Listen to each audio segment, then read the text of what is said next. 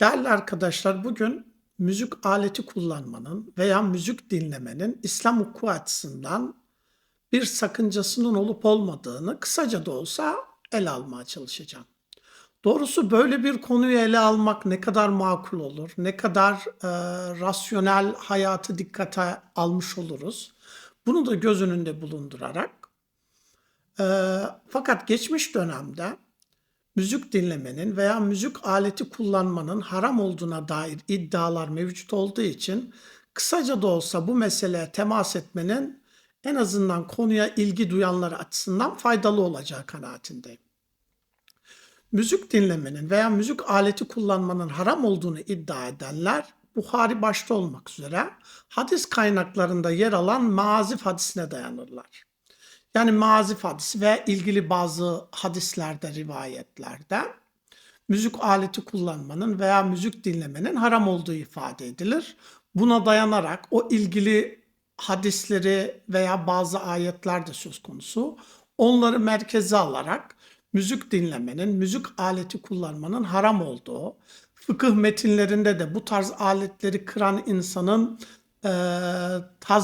onlar için tazminin gerekmediğine dair, çünkü bunların haram olduğuna dair bilgiler mevcut. Fakat bu ve ilgili bazı açıklamaların rasyoneliteden uzak, işin mahiyetini kavramaktan uzak olduğunu ifade etmek üzere birkaç kelam etmek istiyorum. Bunun haram olduğunu iddia edenler büyük oranda dediğim gibi metinlere literal şekilde bakanlar, ikinci olarak müzik aletinin şehveti tetiklediğine dair bazı açıklamalara veya yorumlara yer vermelerinden kaynaklanmaktadır. Öncelikle müzik dinlemek veya müzik aleti kullanmanın haram li nefsi, yani bizzat haram olduğunu iddia etmek kanaatimce çok zordur. Bu tip şeylere haram demenin en makul gerekçesi haram li gayrihi dediğimiz, yani başka şeylerden ötürü yanında bulunan veya ortamdan kaynaklı bazı şeylerden ötürü onu haram olarak değerlendirmektir. Dolayısıyla öncelikle müzik dinlemenin veya müzik aleti kullanmanın haram li nefsi olduğunu iddia etmek zordur. Haram li gayrihi dediğimiz, yani başka şeylerden ötürü haram olduğunu iddia etmek ise Hz. Peygamber ve sonrasında müzik aleti veya müziğin büyük oranda işte o günün dünyasında diyelim kötü mekanlarda çalınan, haramın işlendiği ortamlarda mevzu bahis edilen, gündeme gelen, kullanılan bir enstrüman olduğu için bunun haram olduğuna dair bir eğilim, bir meyil göstermişlerdir. Fakat geçmiş ulema içinde müzik aletinin kullanımını veya müzik dinlemenin helal olduğunu iddia eden de pek çok alim söz konusudur. Bunların başında İbn Hazm gelir. İbn Hazm Buhari'de mazif hadisini de bir anlamda tenkit ederek, hem ilgili hadisi tenkit ederek hem müzik aletlerinin haram olmadığını ortaya koyar. İbn Hazm'ın böyle bir sonuca ulaşmasında muhtemelen Endülüs'te yaşamanın, yani Batı kültürünün içinde yaşamış olmasının katkısı büyük olmalıdır. İkincisi olarak Gazali gibi alimler de müziğin, müzik aleti kullanımının haram olmadığını ifade ederler. Bunlar büyük oranda kötü yerlerde, kötü mekanlarda, yani haram li gayrihi dediğimiz kötülüklere vesile olduğu için sedden li zerai olarak bu tarz şeylerin haram kategorisinde yer alabileceğini, fakat bir alet olması hasebiyle veya bir ses, bir müzik olması, bir ahenk, bir ritim tutturmaları açısından bunların haram olduğunu kabul etmezler. Gazali'nin genel yaklaşımı, evrene baktığımız zaman, doğaya baktığımız zaman doğada bir ritim var. Hayvanların seslerinde bir ritim var. Elbette bütün hayvanların sesinde o müzik, o ritim, o ahenk olmayabilir. Fakat doğada biz bu ahenki, bu ritmi görürüz. Dalgalarda görürüz. Esintide görürüz. Hayvanların seslerinde, kuşların seslerinde görürüz bunları. Dolayısıyla doğada doğal şekilde mevcut olan bu müziğin, bu ahengin haram olduğunu iddia etmek pek mümkün değildir.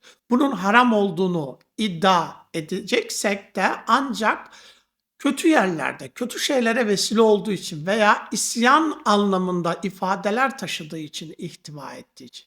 Yani bir anlamda bir müziğin içeriğinde isyan olabilir, kötü şeylere sevk edebilir. Diyelim ki esrar, ot, belli hapları yönlendiren sözlerle ifade ediliyor. Veya müziğin kendi ritmi diyelim insanları bu tarz şeylere sevk ediyor. Bu tarz şeylerin haram, yasak veya mekruh veya hoş olmadığını ifade edebiliriz. Fakat bir bütün olarak müziğin, müzik aletinin haram olduğunu iddia etmek pek makul değildir. İkincisi eşyada asıl olan ibahadır. Yani bir aletin veya bir şeyin haram olduğunu iddia edebilmeniz için ciddi delillere ihtiyacınız vardır.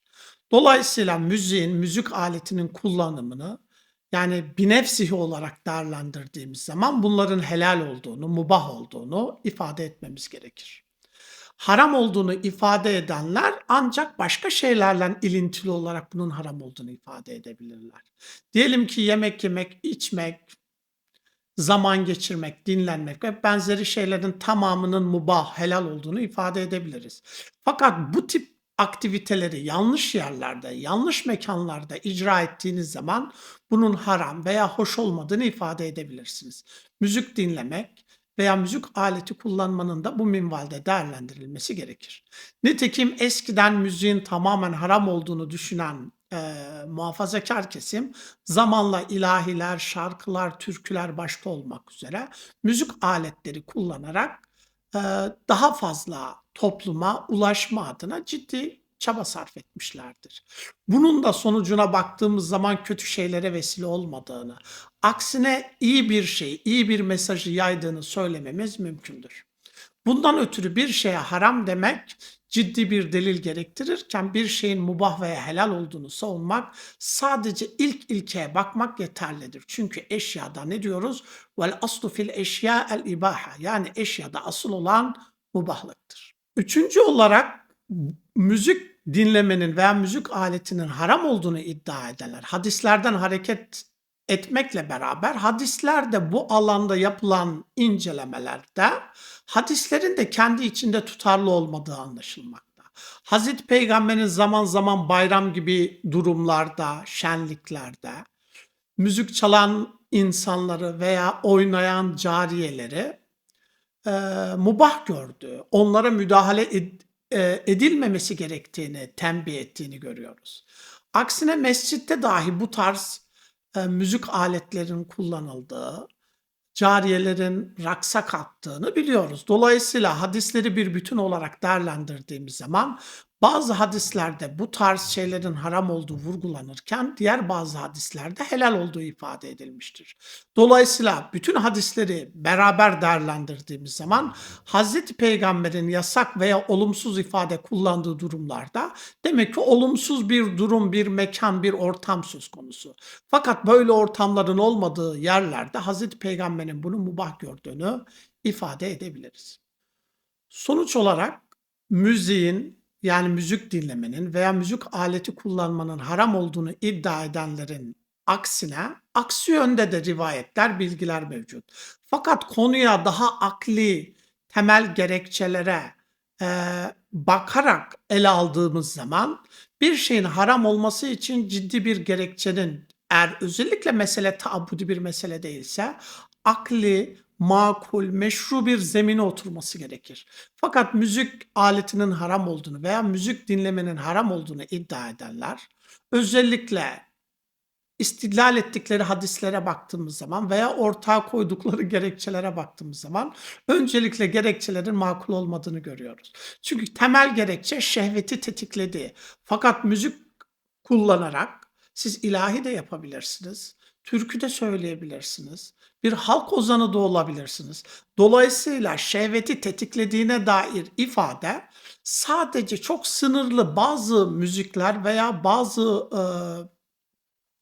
müzik aletleri için söz konusu. Yani bazı ritimlerle ilgili olabilir. Bunu bir bütün olarak buradan hareketle müzik aletlerinin haram olduğunu iddia etmek meşru ve makul bir zemine dayanmaz. Ayrıca evrene baktığımız zaman evrenin işleyişinde bir ahenk, bir ritim, bir müzik olduğunu görüyoruz. Yani Allah'ın yarattığı hayvanların seslerinde dahil olmak üzere ciddi bir ritim, bir müzik olduğunu, doğada bu ritmi, bu ahengi görebiliyoruz, duyabiliyoruz. Dolayısıyla Allah'ın zaten insanlar için bir ritim, bir ahenk içinde yarattığı bütün bu eşyayı göz önünde bulundurmadan bunların yasak veya haram olduğunu iddia etmekte rasyoneliteden uzak, meşru ve makul bir zemine dayanmamaktadır. Tarih boyunca haram olduğunu savunan bazı fakihler olmakla beraber işte Gazali, İbn Hazm başta olmak üzere Sufi kanat içinde özellikle tasavvuf içinde raks başta olmak üzere müzik aletlerinin kullanıldığını biliyoruz. Yani geçmiş ulema içinde genel olarak baktığımız zaman bu tarz şeylere haram olduğunu iddia edenler olduğu gibi helal olduğunu iddia edenler de mevcut.